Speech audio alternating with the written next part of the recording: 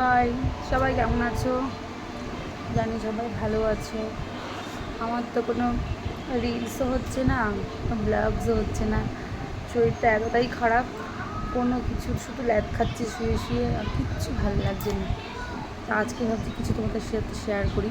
তা এখন আমি যাবো এক জায়গায়, বান্ধবীর ছেলের বার্থডে আছে, তো ওখানেই এখন আমরা যাচ্ছি।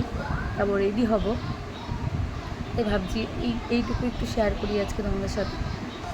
তো দেখো, আমি এবার একটু সাজুগুজু করে নিই, তারপরে যাব, তারপরে ওখানে সব কিছুই দেখাবো মোটামুটি। তো ফাইনালি আমি পুরোপুরি রেডি। এই দেখো কেমন লাগছে আমাকে কমেন্টস করে জানিও। পুরো রেডি, এখন যাবো, বেরোবো। কখন বেরোবো জানি না, এখনও একজন বাড়িতেই আসেনি, ঢোকেইনি। 2:15 বাজে। তো এই তো পুরো আমি রেডি হয়ে গেছি। এই যে আজকের আমার আউটফিট। এখন আমি যাব আমার তুতুর জন্মদিনে, মানে আমার বান্ধবী ছেলের জন্মদিনে যাব। তো দেখো কেমন লাগছে আমাকে বলো। আর এই যে চলে এসেছি জন্মদিনে পার্টিতে। তো এখানে ওই দেখো হলুদ গেঞ্জি পরা পুচকেটা, যা দুষ্টু বাবারে বাবা। ওর বার্থডে আজকে। ও আমাকে কী বলে জানো, আমার নাম ধরে ডাকে শিল্পা, আমি ওর বান্ধবী।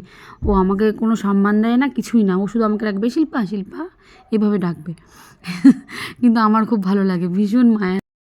টাকা টাকা এত দুষ্টু। ওকে আমি বলছিলাম কি, আয় না দুতু, আমার সাথে একটু ছবি তুলবি, রিলস করবো, আয় শোনা আয়। না বলছে না না না, বলছে শিল্পা আমার মাথা যন্ত্রণা করছে। আমি বললাম কেন, কী হয়েছে? বলছে যে তুমি আমার ছবি তুললে না, তাই আমার মাথা যন্ত্রণা করছে। তাই এই দেখো, মানে একটু কোল্ড ড্রিঙ্কস সাথে নিয়ে দেখো, মানে ওখানে গিয়ে না অনেক নতুন নতুন মানুষের সঙ্গে আলাপ হলো।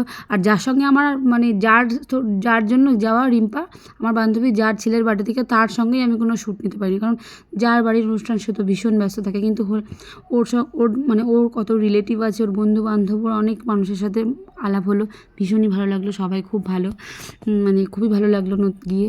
পরে দেখো গরমে বসে বসে একটু কোল্ড ড্রিঙ্কস খেয়ে নিচ্ছি, আর একটু ঢঙও করে নিচ্ছি। তো ওর সঙ্গে একটা শ্যুটও নিতে পারিনি। পরে ভাবছি যা, রিম্পার সাথে কিছুই নিতে পারলাম না শ্যুট।